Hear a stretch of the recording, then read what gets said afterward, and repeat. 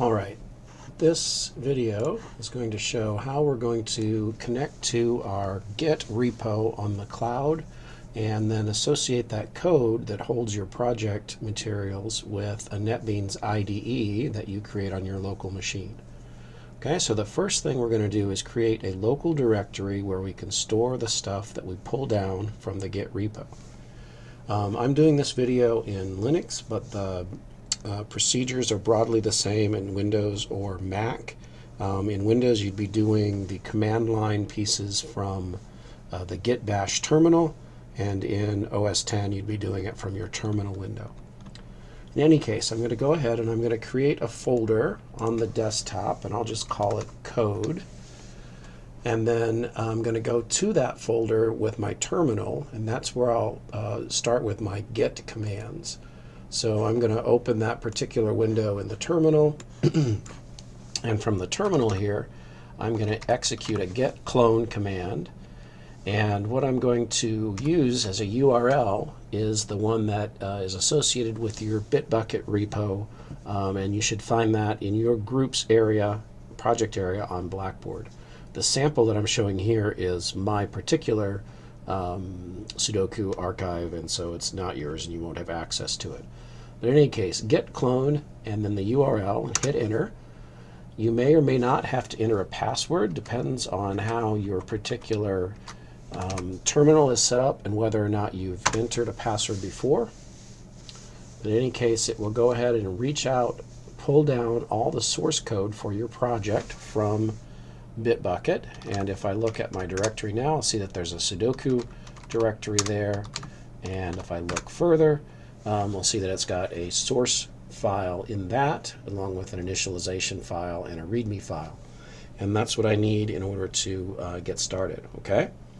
Now this is a separate folder from where our NetBeans project folder rather is going to be stored.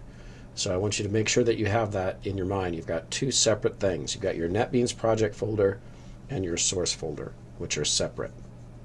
So we're going to go ahead and create a NetBeans project, and I'll show you how to associate those two pieces. So from NetBeans, I'll open that up. I'm going to create a new project. I'm going to call it SuDoKu, and I'll put it in my NetBeans projects folder. You can put it wherever you want, not in the folder that you just created and downloaded to, though. Okay, any place else besides that. So create that. Do not create a main class, because all the main classes are created for you already in the Git download. Finish that.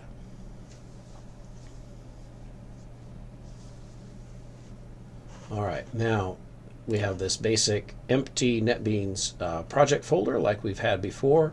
What we need to do, though, is point it to find its source code someplace else. So we do that by right-clicking on the project, choosing Properties,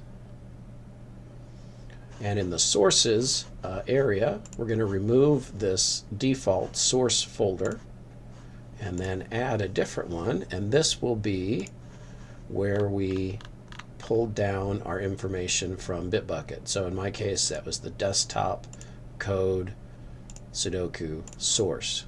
Okay, so that's the folder. The code folder is the one I created. SuDoKu was created when I did the git clone, and the source piece is inside that. Click OK, and now all of those pieces of data show up in my IDE, but they're not stored in the same folder where my NetBeans project is, and that's fine. Next, what we have to do is add the Derby jar files so that the system can create its local databases. So to do that, I'm going to right-click on Libraries, Add Jar or Folder, and now I need to browse again to the pieces that folder that I downloaded from Bitbucket, so code, SuDoKu, and now I'm going to go clear down source, edu, don, SuDoKu, persistence, and there you'll find two jar files. Just select both of those and choose OK. and now it has access to those files. Derby, Apache Derby is a SQL database management system that's written entirely in Java, and so we don't need to have any external database managers up and running. This will all be managed from within our application. Okay, and then the last piece is we have to copy over the initialization file, which points the application to the cloud location where its existing games are stored. All right, so to do that, I'm going to use our file management. At this point, I want to go to where my NetBeans, where my code that I downloaded is. SuDoKu right here. This initialization file is the one I want. I'm going to copy it, not move it. If you move it, then it will be taken out of your Git repo and no one else will be able to have it again. So I'm just copying it. Then back to my NetBeans projects, SuDoKu, and paste the file there. Okay, now I should be able to go back to NetBeans and execute the system. You take the edu don SuDoKu view desktop don SuDoKu class. That's the only runnable one as your main class. Click OK. It should start up. It will take a while. For one thing, it has to go out to the cloud and download all of its unplayed games.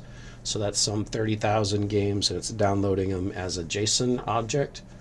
And it's creating a local database on your computer where it will store those games. So it only has to do that cloud connection once and the database creation once.